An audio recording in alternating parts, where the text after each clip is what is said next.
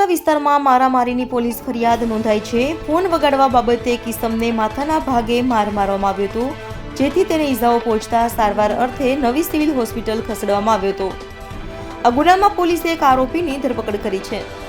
આ અંગે મળતી માહિતી પ્રમાણે સુરતના પાંદેસરા પોલીસ મથકમાં રાજ સુરેશ દવાને મારામારીની પોલીસ ફરિયાદ નોંધાવી છે। રાજે જણાવ્યું હતું કે હું મારા મામા દિલીપભાઈની પાંદેસરા જેડીસીમાં આવેલ અનાજ દળવાની ઘંટીથી વડોદ ગામ ખાતે આવેલી ઘંટી પર મોપેડ લઈને જતો હતો।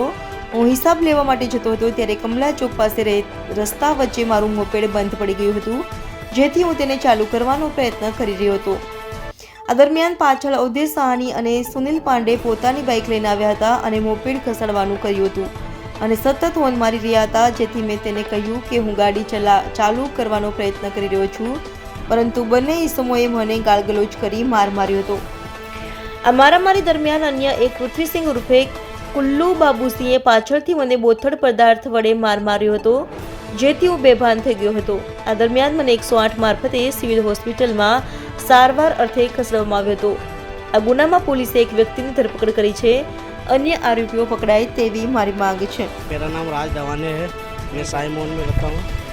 मैं मेरी मिल से मेरी चक्की पे जा रहा था, तो रास्ते में मेरी कमला चौक पे मेरी गाड़ी बंद हो गई, तो दो लड़के पीछे से आए, हॉर्न न मार रहे थे। तो मैंने बोला भाई आप हॉर्न मत मारो, मैं गाड़ी हटा रहा हूँ। इतनी देर में उन्होंने गाली दिया। मैंने बोला भाई गाली मत दो। इतनी देर में आके उन्होंने मेरे को मारना चालू किया। उनके दो लोग थे, आगे अवनेश था और सुनील पांडे, अवधेश और सुनील पांडे था। उन्होंने पहले मेरे को कमला चौक में मारा, फिर उसके बाद मेरे को गली में घिस के लेके गए। फिर एक आया कुल्लू नाम का, उसका नाम पृथ्वीराज है, बाबू सिंह का लड़का। फिर उसने पीछे से क्या पता क्या मारा मुझे, मैं बेहोश हो गया। उसके बाद भी मुझे मारा वो गली में। फिर वहाँ से मेरे भाई का फ़ोन आया, संदीप का फ़ोन आया। उसने फिर वो आया, फिर मेरे को एम्बुलेंस में बिठा के यहाँ सिविल में लाया। हाँ, आरोपी पकड़ा गया है सुनील पांडे, उसको वो दो अभी बाकी है, कुल्लू बाकी है, अवधेश बाकी है। वो दो अभी पकड़ा नहीं रहे। मैं ये चाहता हूँ कि उनको सज़ा मिले, उनको जामीन नहीं मिले। वो सीसीटीवी कैमरा भी है और पुलिस निकाल नहीं रहे।